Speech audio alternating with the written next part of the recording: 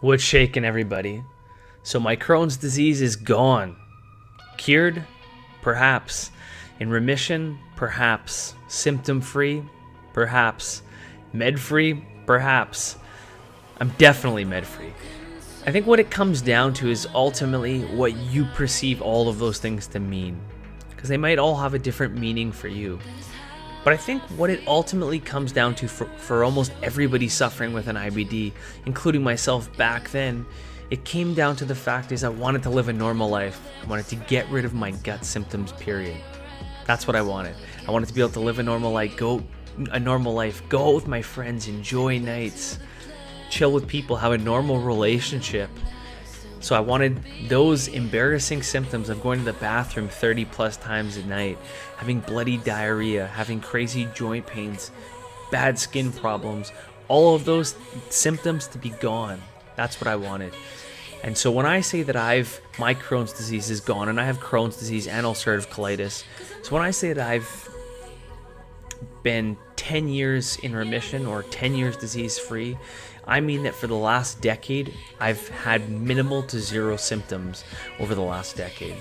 So barely any diarrhea, barely any joint pains, I haven't had one single flare. So there's a lot of things from the disease that I just haven't had in my life. Now the caveat to that is that, like anybody that's ever tried a diet or a lifestyle change, there's times that I've fallen off. There's times that I'm not perfect. I've fallen off the wagon, and just a learning process of tweaking forward.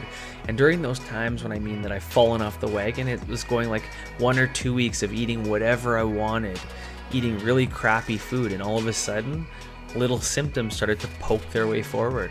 So it could have been some slight joint pain. It might have been bowel movements that were probably softer than they usually be. Or it could just be mental cognition not being what it is. Really, you have to be mindful about what's going on in your health, but those are the things that I noticed if I was to eat crappy. So what I would do is it was almost like this balancing act going back and forth. I would eat crappy, I would binge, and then I would see the slight symptom come forward, and then I would go back to eating healthy. And then when I go back to eating healthy, I'd get more comfortable, and that's what I would do. And I did do the teeter-totter thing for a while, but eventually I just realized that I enjoyed being healthy more of the time. So, after getting little mild kicking asses a few times, I did change my program so that I ultimately do 5 days of more rigid diet where I'm pretty clean on my diet, and 2 days that I do what I want. If I want to go with the boys and, have a drink or have some wings or have something like that, I do that. So 5 days sticking more to the plan, in 2 days, a little bit of flexibility. That's how I look at it. And you know what? That includes enjoying holiday seasons and enjoying Super Bowls and all the things that I enjoy. So that's my definition of the last 10 years of my disease being gone. And I ultimately think for anybody watching this video that you're also seeking to find remission, med-free status, whatever you want. Never has it been such a good time to get diagnosed with Crohn's disease, ulcerative colitis, inflammatory bowel disease, or other inflammatory or just autoimmune diseases in general.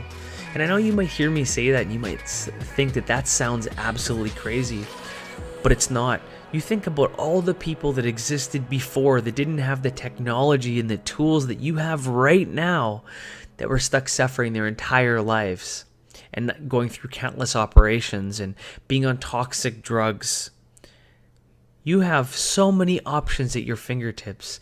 You can, in a moment's notice, you can go online and you can find somebody's story of how they overcame their Crohn's, how they overcame their colitis, how they beat cancer. And more stories are existing that are showing people strategies, and other people are using similar strategies to get the same results. It's not a complete fluke. So if you're watching this video right now and you feel this sense of hopelessness because you feel like there's no options, I want you to realize there really are a lot of options. And go out, spend some time, find people that overcame their disease. Go and search.